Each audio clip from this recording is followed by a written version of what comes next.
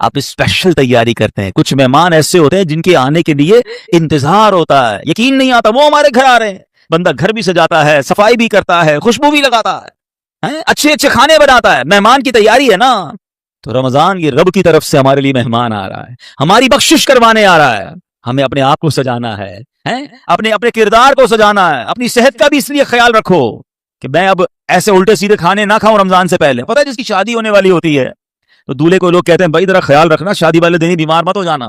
ایک ہفتہ پہلے سے احتیاط کرواتے ہیں, زیادہ سفر نہیں کرواتے, زیادہ تھکن والا کام نہیں کرواتے.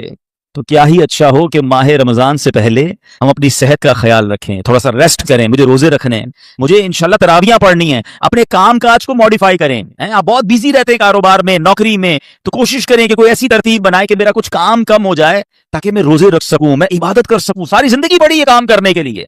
لیکن عجیب بات پتہ ہے کیا ہے, اس وقت دو قسم کی تیاریاں ہو رہی ہیں. ہوں گے کچھ نیک لوگ جو انشاءاللہ عبادت کی تیاریاں, تلاوت کی تیاریاں, خوب روزے تراویح اور اس کے بارے میں سوچ رہے ہوں گے. مگر کچھ لوگ وہ ہیں جو اس وقت اسٹاک جمع کر رہے ہوں گے, کاروبار کیسے چمکانا ہے, کون سی آئٹم کا ریٹ بڑھ جائے گا. وہ کاروباری لوگ پیسے کمانے کی تیاری کر رہے ہوں گے. کچھ گھر والے وہ ہوں گے جو یہ سوچ رہے ہوں گے بھائی رمضان میں پکانا کیا ہے, کھانا کیا ہے, کون سی آئٹم لینی ہے.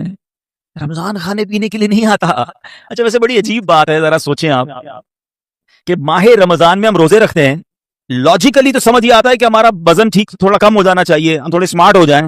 مگر کئی لوگ وہ ہیں جن کا رمضان میں وزن بڑھ جاتا ہے. کیوں بھائی؟ اس لیے کہ سحری میں زیادہ کھاتے ہیں, پورا دن روزہ رکھنا ہے. رات زیادہ اس لیے کھاتے ہیں کہ پورا دن روزہ رکھا تھا, پھر 2 بار اور کھاتے ہیں کہ کل پھر روزہ رکھنا ہے.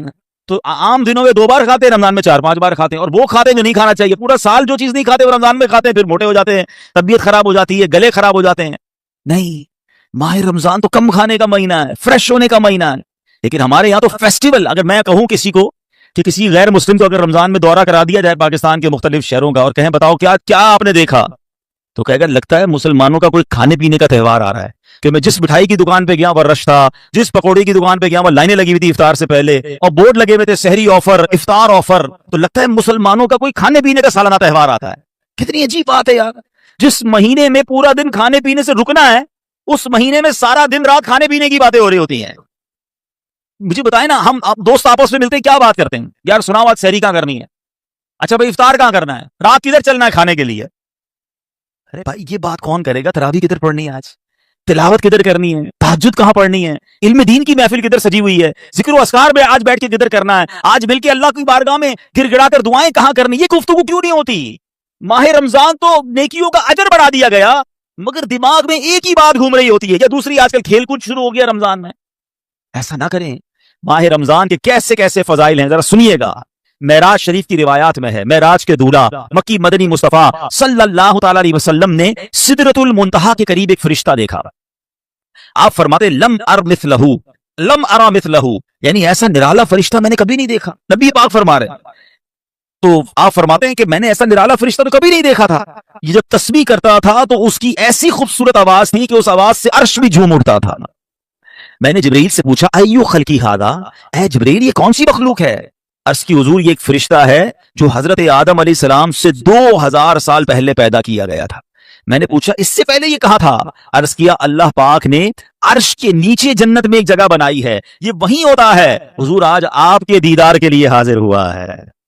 کیا شان ہے میرے آقا کی, ہر کوئی فدا ہے بن دیکھے, دیدار کا عالم کیا ہوگا. ارے فرشتہ بھی میرے آقا کے دیدار کا تمنائی ہے. جبریل امین کہتے ہیں حضور آج آپ کے دیدار کے لیے حاضر ہوا ہے. مکی مدنی سلطان صلی اللہ تعالی علیہ وسلم فرماتے ہیں کہ اب نبی پاک علیہ الصلوۃ والسلام نے اس فرشتے سے ایک بڑا کمال کا سوال کیا. ذرا سنیے گا, آپ کا ایمان تازہ ہو جائے گا. پیارے آقا علیہ الصلوۃ والسلام نے اس فرشتے کو سلام کیا تو وہ تسبیح میں مصروف تھا, اللہ پاک کی تسبیح میں مصروف تھا, اسے سلام سنائی نہ دیا. اب جبریل امین نے اسے کہا ھذا محمد صلی اللہ علیہ وسلم, یہ محبوب خدا جناب رسول اللہ صلی اللہ علیہ وسلم ہے. جب اس نے سنا تو خوشی سے اپنے 2 سبز پر پھیلائے. یہ اتنے بڑے پر تھے جنہوں نے آسمانوں اور زمین کو گھیر لیا. اب اس نے مجھے نبی پاک فرماتے ہیں مجھ سے گلے ملنے کی سعادت حاصل کی, ادب سے بوسہ بھی دیا. پھر عرض کی یا رسول اللہ صلی اللہ تعالی علیہ وسلم آپ کے لیے گڈ نیوز ہے, آپ کے لیے خوشخبری ہے کہ اللہ پاک نے آپ کی ماہ رمضان کے صدقے آپ کی امت کی بخشش فرما دی ہے.